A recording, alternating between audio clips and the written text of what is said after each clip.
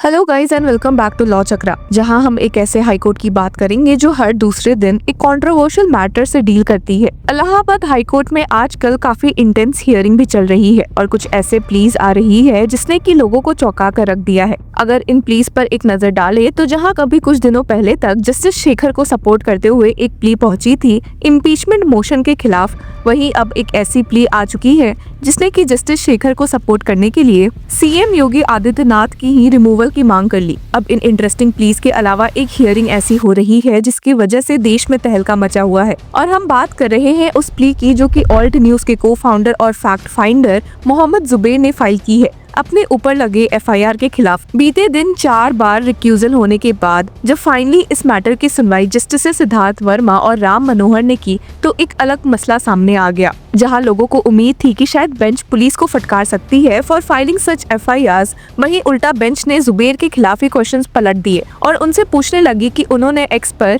यति नरसिंह आनंद के खिलाफ ट्वीट क्यों किया और कोर्ट के सामने आने का क्यों नहीं सोचा। अब कई लोगों को जजेस की ये बात भी आपत्तिजनक लगी और इलाहाबाद हाईकोर्ट की हियरिंग पर एक तुरंत से ट्वीट करते हुए सीनियर एडवोकेट प्रशांत भूषण ने पोस्ट किया और जजेस को ही उल्टा फटकारा है और स्टेट किया कि how can reporting and alerting people about hate speech amount to an offence? Is free speech dead in India? Are recourse to courts the only option for people when they see egregious hate speeches, especially when courts take years to decide? Seems some judges have taken leave of common sense. अब आपको बता दें कि last hearing में bench ने UP police को इस मामले में एक शॉर्ट काउंटर फाइल करने को कहा था और जिसके बाद ही इस एफिडेविट की डिटेल में जांच इलाहाबाद हाईकोर्ट ने शुरू की। हालांकि इस हियरिंग में भी जुबैर से काफी तीखे सवाल किए गए। जुबैर की ओर से मौजूद होते हुए एडवोकेट तन्मय सद ने सबसे पहले ये कहा कि जुबैर ने यति की स्पीच को पोस्ट करते हुए कोई गलत स्टेप नहीं लिया and that the speech by Yati was already viral in all news channel when I tweeted it. Mine is a fact checking website. After checking all the facts, I made the tweet. इसी में add करते हुए उनकी ओर से मौजूद senior advocate Dilip Gupta ने यति की criminal history पढ़ना शुरू कर दिया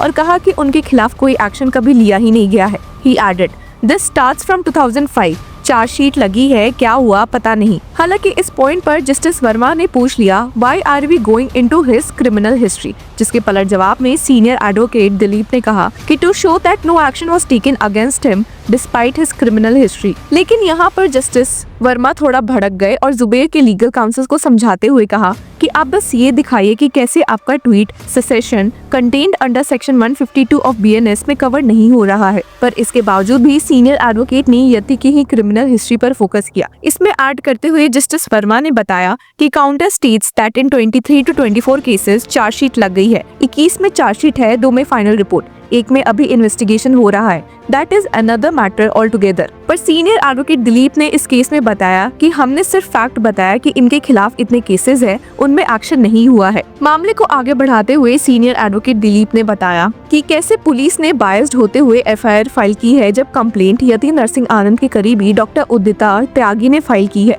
इस पॉइंट पर सीनियर एडवोकेट दिलीप ने कोर्ट को एक स्क्रीनशॉट दिखाया of doctor Udita Tyagi Twitter handle, जहां पर एक कमेंट ने जब लिखा कि पब्लिसिटी स्टंट बहुत अच्छा चल रहा है तो उसका रिप्लाई करते हुए उन्होंने स्टेट किया था कि हाँ बहुत अच्छा। हालांकि ये सुनकर तो जस्टिस वर्मा भड़क गए और सवाल कर दिया what is this, file a separate writ for that. पर एडवोकेट ने वापस से यही कहा कि I am demonstrating how they are doing all of this for publicity. अब इसके बाद कंप्लेनेंट के लॉयर एफआईआर रीड करने लगे। इस पॉइंट पर जस्टिस वर्मा ने सेक्शन 152 ऑफ बीएनएस का रेफरेंस देते हुए बोला कि कोर्ट को ये इवैल्यूएट करना है कि क्या अक्यूज ने cessation, armed rebellion, subversive activities को इंसाइट या अटेम्प्ट किया या सेपरेटिस्ट सेंटिमेंट्स को प्रमोट किया जो इंडिया की सोवरेनिटी, यूनिटी और इंटीग्रिटी को थ्रेटन करता है। पर जिसके तुरंत बाद ही एडवोकेट फॉर कंप्लेनेंट ने जुबैर को टारगेट करते हुए कहा कि ये एक्साइट कर रहे हैं। हालांकि जस्टिस वर्मा ने उनसे उल्टा सवाल किया और कहा क्या एक्साइट कर रहे हैं? जो 5 चीजें लिखी है सेक्शन 152 ऑफ बीएनएस, उनमें से क्या एक्साइट किया?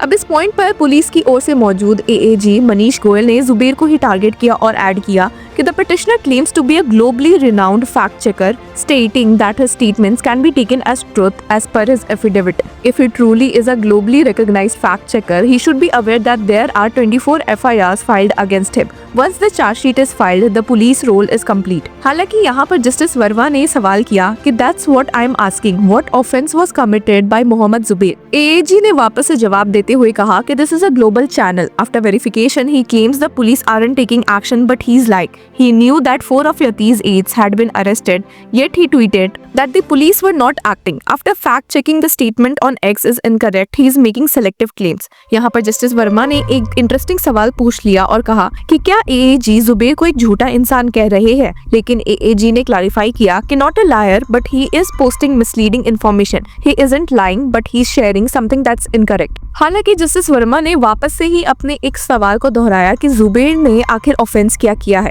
इस पर AAG ने स्टेट किया कि the tweet has caused significant impact. He is under oath in court and I'm merely referencing what he stated in the writ petition. उन्होंने आगे जुबेर पर और स्ट्रिक्ट इल्जाम लगाते हुए कहा कि उसने 1 साल पुराना वीडियो पोस्ट किया और एडमिट भी किया। तो फिर 3 या 4 तारीख का पुराना वीडियो दोबारा पोस्ट करने का क्या मतलब?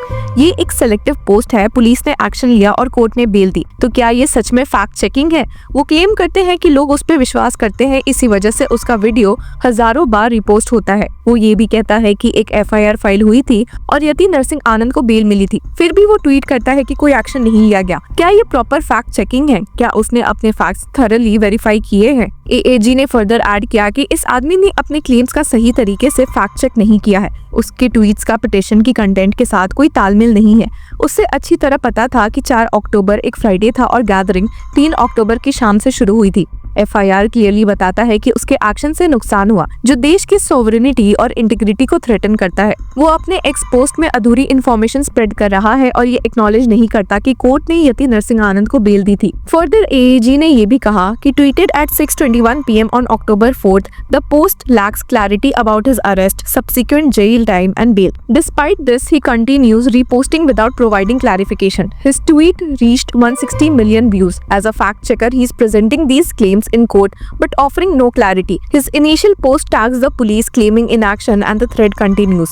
Is this fact finding? Is it selective? Could it undermine the sovereignty and integrity of the country? Zubair पर एक एक्स्ट्रा इल्जाम लगाते हुए AAG ने कहा कि उन्होंने इतने सारे प्रॉब्लम्स के बावजूद भी पोस्टिंग करना नहीं रोका है और कहा कि आपको फैक्ट्स का पता है और आप एक्शन नहीं ले रहे हो। यति नरसिंह आनंद के ऊपर जो सेक्शंस लगे थे वो हल्की नहीं थी, आप पर भी वही सेक्शंस लगे हैं। इस पॉइंट पर जस्टिस वर्मा ने आगे कहा कि सेक्शन 152 इन सब पर कहाँ आता है। ही एडेड, एट मोस्ट इस केस में सेक्शन 196 BNS लगता है। क्या यति नरसिंह आनंद के केस में सेक्शन 152 अप्लाई किया गया था? पर इसको क्लैरिफाई करते हुए AAG ने कहा कि अगर राइट्स हुए होते तो हाँ, उसके एक्शंस की वजह से ही राइट कंटिन्यू हुआ। आप डॉक्यूमेंट सबमिट कर रहे हैं जो दिखाते हैं कि यति को उसी दिन पुलिस ले गई थी। एक सप्लीमेंट्री डॉक्यूमेंट भी है जो उसकी अरेस्ट कंफर्म करता है। एक लंबे हियरिंग के बाद फाइनली इलाहाबाद हाई कोर्ट ने मोहम्मद जुबेर के फेवर में ऑर्डर दिया है और उन्हें इंटरिम रिलीफ दी है पुलिस द्वारा अरेस्ट से। अब आपकी क्या राय है? Let us know in the comment section. Until then,